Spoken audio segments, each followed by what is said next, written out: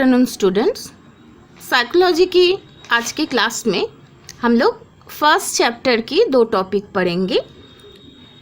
पहला वाला टॉपिक है branches of psychology and second topic is scope तथा यूजेस ऑफ साइकोलॉजी। तो हम लोग पहले ब्रांचेस ऑफ साइकोलॉजी के बारे में पढ़ेंगे, अर्थात मनोविज्ञान की शाखाओं। मनोविज्ञान के वैज्ञानिक अध्ययन के साथ साथ मनोविज्ञान का विषय विस्तार तथा क्षेत्रों भी प्रशस्त होता गया। मनोविज्ञान का व्यवहार जीवन और व्यवसाय के विभिन्न क्षेत्रों में होने लगा। जीवन के कोई क्षेत्रों में मनोविज्ञान के उपयोग और व्यवहार से इसकी कोई शाखाएं विकसित होती गई। समाज में मनोविज्ञान के सिद्धांतों और नियमों का व्यवहार किया गया तो इससे मनोविज्ञान की एक शाखा का विकास हुआ जिसे सामाजिक मनोविज्ञान या सोशल साइकोलॉजी कहते हैं। इसी तरह उद्योगों में मनोविज्ञान के व्यवहार, उससे औद्योगिक मनोविज्ञान तथा इंडस्ट्रियल साइकोलॉजी का जन्म हुआ। मनोविज्ञान का व्यवहार जितना ही बढ़ता गया, इसकी नई नई शाखाएं खुलती गई। अमेरिकन साइकोलॉजिकल एसोसिएशन ने मनोविज्ञान के 19 विभिन्न क्षेत्रों या शाखाओं का वर्णन किया है। प्रत्येक शाखा जीवन के एक खास क्षेत्रों में मनोविज्ञान के उपयोग और व्यवहार की व्याख्या प्रस्तुत करती है। तो मनोविज्ञान की ये जो शाखा है उसको हम लोग प्रमुख रूप से मनोविज्ञान को 2 शाखाओं में, 2 ब्रांच में हम लोग उसे बांट सकते हैं। पहला वाला है सैद्धांतिक मनोविज्ञान बा बेसिक साइकोलॉजी, और इसका दूसरा नाम है, इसे थियोरिटिकल साइकोलॉजी भी कहते हैं। और सेकेंड जो शाखा है मनोविज्ञान का, उसका नाम है व्यवहारिक मनोविज्ञान तथा एप्लाइड साइकोलॉजी। तो पहले हम लोग चले आएंगे थियोरिटिकल बा बेसिक साइकोलॉजी के बारे में। हिंदी में उसे कहते हैं सैद्धांतिक मनोविज्ञान बा उसका और एक नाम है, उसे मूल मनोविज्ञान भी हम लोग कह सकते हैं। तो क्या है, किसे कहते हैं बेसिक व थियोरिटिकल साइकोलॉजी? बेसिक मनोविज्ञान विषयक तथ्यों और नियमों का ज्ञान देते हैं। साइकोलॉजी पढ़ने के बाद तुम लोग और भी जो चैप्टर पढ़ोगी साइकोलॉजी में, तब तुम लोगों को पता चलेगा मनोविज्ञान का विभिन्न विषयों के ऊपर विभिन्न प्रकार की थियोरी, विभिन्न प्रकार की तथ्यों का व नियम का व सिद्धांत का प्रतिपादन हुआ है। तो मनोविज्ञान की जिस शाखाओं में विभिन्न तथ्यों एवं नियमों का ज्ञान देता हुआ है उसे कहते हैं मूल मनोविज्ञान या थियोरिटिकल व बेसिक साइकोलॉजी। इनके सहारे विभिन्न व्यक्तियों और जीवों के अनुभव और व्यवहार का ज्ञान हमें प्राप्त होता है। जीव के अनुभव, व्यवहार या समायोजन से संबंधित विभिन्न सिद्धांत और नियमों की स्थापना मनोविज्ञान की इन शाखाओं के द्वारा हुई है। सेकेंड जो है मनोविज्ञान की दूसरी शाखा, जिसका नाम है व्यवहारिक मनोविज्ञान या एप्लाइड साइकोलॉजी। किसे कहते हैं व्यवहारिक मनोविज्ञान? व्यवहारिक मनोविज्ञान के अंतर्गत मनोविज्ञान की ऐसी शाखाओं की गणना होती है जिनका विकास व्यवहारिक उपयोगिता की दृष्टि से होता है। दूसरे शब्द में हम लोग बोल सकते हैं मूल विज्ञान अर्थात बेसिक साइकोलॉजी के सहारे प्राप्त मनोवैज्ञानिक ज्ञान का उपयोग जब जीवन की किसी क्षेत्र विशेष में किया जाता है तो उसे हम लोग कहते हैं व्यवहारिक मनोविज्ञान व एप्लाइड साइकोलॉजी। सरल भाषा में हम लोग बोल सकते हैं थियोरिटिकल साइकोलॉजी में जो नियम व थियोरी के बारे में हम लोग पढ़ते हैं, उस नियम व थियोरी को जब हम लोग व्यवहारिक रूप में कोई भी विशेष व्यक्ति, विशेष श्रेणियों के ऊपर में हम लोग अप्लाई करते हैं, प्रयोग करते हैं, उसे कहते हैं एप्लाइड साइकोलॉजी या व्यवहारिक मनोविज्ञान। तो हम लोग फिर चले आएंगे बेसिक साइकोलॉजी व थियोरिटिकल मनोविज्ञान की शाखाओं में। इसके अंतर्गत विभिन्न प्रकार की सब डिवीजन व विभिन्न प्रकार की उप शाखा का निर्माण हुआ है, जिसका नाम है, मैं एक एक करके बोल रही हूँ तुम लोगों को, जिसका नाम है देखो सामान्य मनोविज्ञान या जनरल साइकोलॉजी, शारीरिक मनोविज्ञान या फिजियोलॉजिकल साइकोलॉजी, प्रयोगात्मक मनोविज्ञान तथा एक्सपेरिमेंटल साइकोलॉजी, बाल या विकासात्मक मनोविज्ञान या चाइल्ड और डेवलपमेंटल साइकोलॉजी, पशु मनोविज्ञान एनिमल साइकोलॉजी, समाज मनोविज्ञान सोशल साइकोलॉजी, असामान्य मनोविज्ञान एबनॉर्मल साइकोलॉजी। ये जो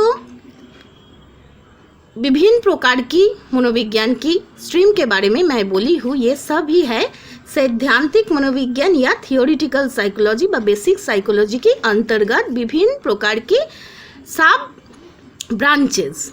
तो एक एक करके हम लोग सभी के बारे में पढ़ेंगे, किस ब्रांच व किस शाखा का काम क्या है, किस क्षेत्रों में हम लोग उसे व्यवहार करते हैं। तो सबसे पहले हम लोग चले आएंगे सामान्य मनोविज्ञान या जनरल साइकोलॉजी। जनरल साइकोलॉजी क्या है?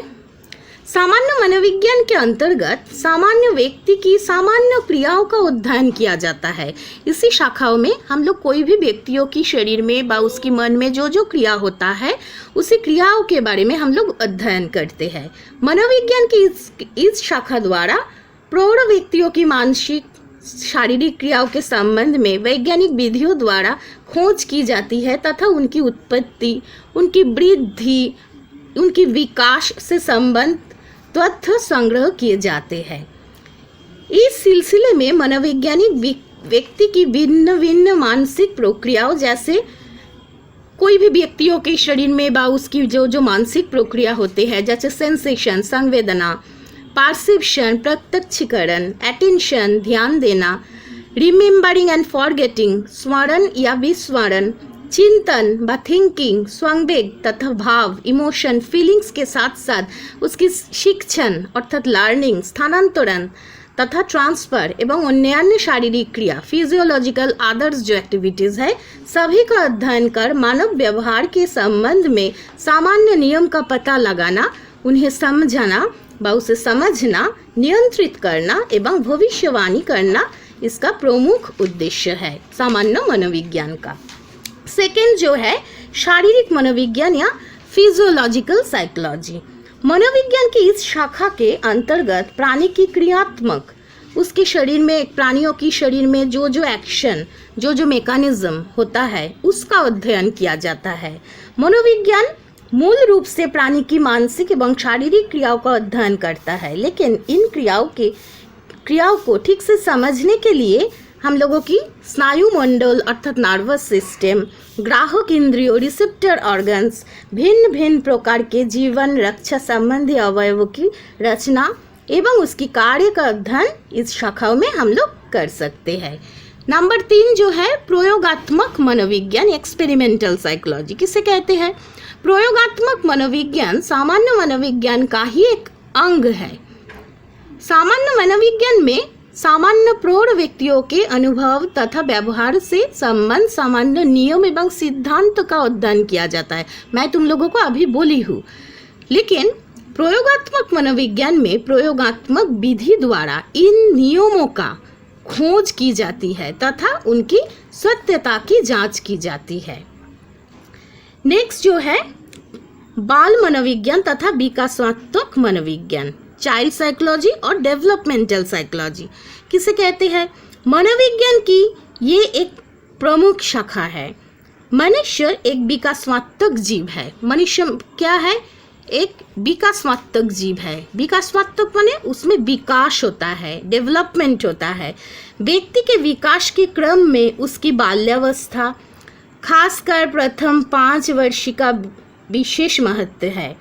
बाल मनोविज्ञान के अंतर्गत बालकों की शारीरिक एवं मानसिक विकास की प्रक्रियाओं का अध्ययन किया जाता है। ये बालकों की गर्भावस्था से लेकर पूर्ण परिपक्व के स्तर तक की विकासात्मक प्रक्रियाओं का वैज्ञानिक अध्ययन करते हैं। नेक्स्ट हम लोग पढ़ेंगे पशु मनोविज्ञान एनिमल साइकोलॉजी। वो क्या है? तुम लोग डार्विन के नाम सुने हो, चार्ल्स डार्विन। क्लास 10 में तुम लोग थोड़ा सा याद करो, लाइफ साइंस में अनुकूलन जो चैप्टर है उसमें तुम लोग डार्विन के बारे में पढ़े हो। चार्ल्स डार्विन ने विकासवाद के सिद्धांत अर्थात थियोरीज ऑफ इवोल्यूशन द्वारा ये सिद्ध कर दिया कि एमीबा जैसे छोटे छोटे जीव, एमीबा कैसा जीव है? एक कोशी, बहुत ही छोटे आणुविक क्षणिक जीव है। ऐसे जीव और मनुष्य दोनों विकास की सीढ़ी पर क्रमशः सबसे नीचे और सबसे ऊपर है, लेकिन इनके बीच अविच्छिन्नता या निरंतरता, जिसे कॉन्टिन्यूटी कहते हैं, ये पाई जाती है। अतएव इन दोनों में अंतर केवल विकास की मात्रा का है।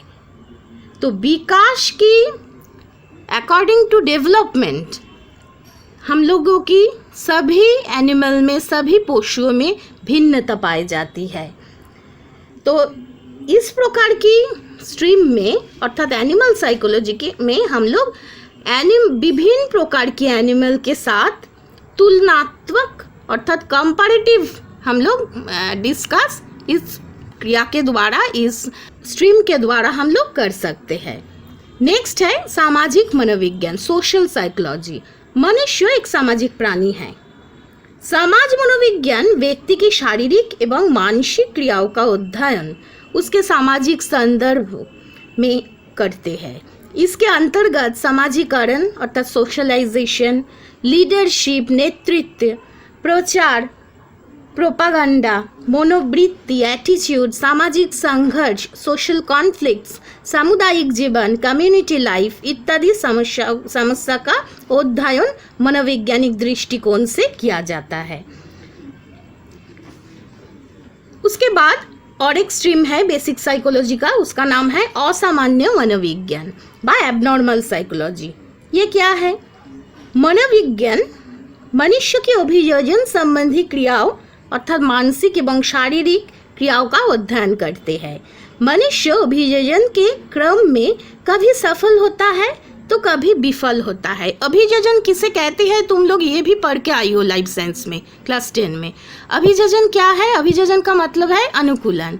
जीव भिन्न प्रजाति के जीव अपनी प्रजाति की अस्तित्व रक्षा करने के लिए, उसकी वंश की वृद्धि करने के लिए प्रतिकूल परिस्थितियों में, प्रतिकूल वातावरण में हर जीवों के अंदर में एक व्यवहारिक, शारीरिक एवं मानसिक कुछ कुछ परिवर्तन होता है, जो परिवर्तन के द्वारा वो अपने को जिंदा रखने का मदद करते हैं। उसे कहते हैं अनुकूलन। तो अनुकूलन को कहते हैं यहाँ पर अभियोजन। तो मनुष्य अभियोजन के क्रम से कभी सफल होता है तो कभी विफल होता है। सफलतापूर्वक अभियोजन होने पर व्यक्ति का विकास सामान्य ढंग से होता है और उसके सभी व्यवहार सामान्य होते हैं। लेकिन जब अभियोजन में असफल होते हैं मनुष्य, तब क्या होता है? व्यक्ति का विकास असामान्य रूप से होता है और उसका व्यवहार भी असामान्य होते हैं। मनोविज्ञान सफल और असफल या विफल दोनों प्रकार के अभियोजन संबंधी व्यवहारों का अध्ययन करते हैं।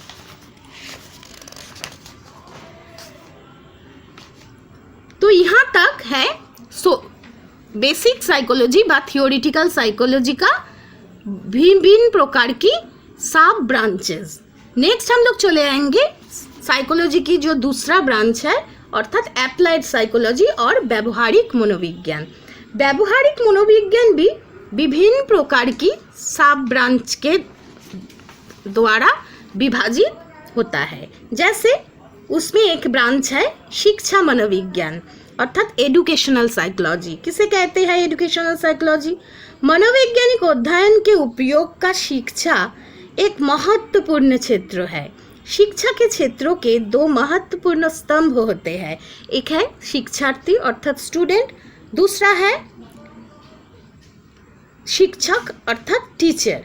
ये दोनों मनुष्य होते हैं जिनकी इच्छाएं, अभिरुचियां, उसकी प्रेरणाएं, अभियोजन की योग्यताएं एवं ज्ञान अर्जन करने की क्षमता, कैपेसिटी टू एक्वायर नॉलेज इत्यादि का शिक्षा के स्तर एवं प्रसार से महत्वपूर्ण योगदान रहता है। शिक्षा मनोविज्ञान बालकों की शिक्षा से संबंधित विभिन्न समस्याओं जैसे बालकों की योग्यताओं, अभिरुचियों एवं ग्राह्य क्षमता के अनुरूप शिक्षा की व्यवस्था करना, उनकी शैक्षणिक योग्यता में वृद्धि का उपाय करना, छात्रों एवं शिक्षकों के बीच के पारस्परिक संबंध को उपयुक्त अभियोजन के योग्य बनाना इत्यादि का अध्ययन किया जाता है तथा शिक्षा की कोई नई नई विधियों का प्रयोग भी किया जाता है। सेकेंड जो सब स्ट्रीम है औद्योगिक मनोविज्ञान, किसे कहते हैं?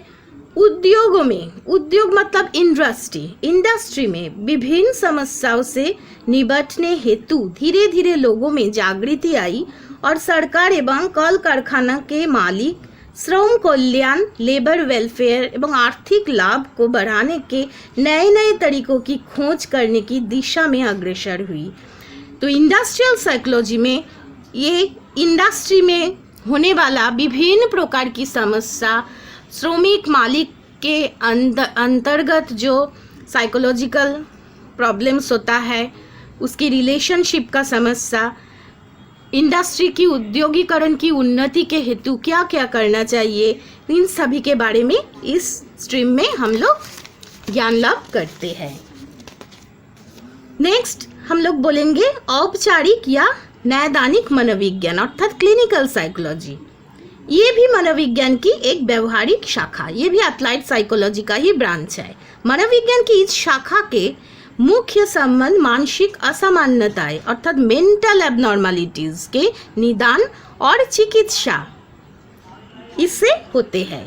इस क्षेत्र में कार्यरत मनोवैज्ञानिकों का मूल उद्देश्य अनाभियोजित व्यक्तियों की पहचान करना, नैदानिक वर्गीकरण करना अर्थात क्लिनिकल क्लासिफिकेशन और डायग्नोसिस करना, चिकित्सा करना एवं मानसिक बीमारियों की रोकथाम या उन्हें संयमित करना, प्रिवेंशन करना ऑफ मेंटल डिजीज का, ये सभी इस ब्रांच के अंतर्गत है। नंबर 4 थी चिकित्सा मनोविज्ञान मेडिकल साइकोलॉजी, किसे कहते हैं? आजकल मनोवैज्ञानिक अध्ययन से प्राप्त तथ्यों का उपयोग चिकित्सा के क्षेत्रों में भी बहुत अधिक होने लगा है। प्रायः ये देखा जाता है कि विभिन्न शारीरिक व्याधियों से पीड़ित व्यक्ति किसी न किसी रूप से मानसिक तौर पर भी अस्वस्थ या बीमार रहता है। कोई प्रकार की शारीरिक बीमारियां भी मानसिक कारणों से होती है, जैसे पेट की बीमारियां, हृदय संबंधी रोग, रक्तचाप संबंधी गड़बड़ी, ब्लड प्रेशर की जो बीमारियां, ये सभी मानसिक रोगों ग्रस्तता का ही एक अंग है। अतः मनोविज्ञान की सहायता से इन रोगों की चिकित्सा करने पर रोगी के शीघ्र चंगा होने की संभावना बढ़ जाती है। नंबर 5 जो स्ट्रीम है क्रिमिनल साइकोलॉजी या अपराध संबंधी मनोविज्ञान। मनोविज्ञान की इस शाखा का संबंध अपराधियों के मन स्थिति का अध्ययन करने, उनके कारणों का पता लगाने तथा इसे नियंत्रण करने की उपाय से होते हैं। इस क्षेत्रों में कार्यरत मनोवैज्ञानिकों का उद्देश्य अपराधियों का पता लगाना, उनके कारणों को जानना और अपराधियों में सुधार लाकर उन्हें अपने समाज में सफलतापूर्वक अभियोजन के योग्य बनाना होता है। नेक्स्ट है कानून संबंधी मनोविज्ञान अर्थात लीगल साइकोलॉजी। आजकल मनोविज्ञान का उपयोग कानून एवं न्याय संबंधी क्षेत्रों में भी होने लगा है। इससे अपराधियों का सही पता लगाने में बहुत अधिक मदद मिलती है। जैसे लाइट डिटेक्टर के नाम तुम लोग सुनी हो, साइको गैल्वेनोमीटर आदि का उपयोग कर अपराध में अंतर्लिप्त व्यक्तियों का पता आसानी से लगाया जा सकता है। तो ये है डिफरेंट स्ट्रीम ऑफ साइकोलॉजी, विभिन्न प्रकार की साइकोलॉजियों का ब्रांच एवं उसकी सब ब्रांचेस।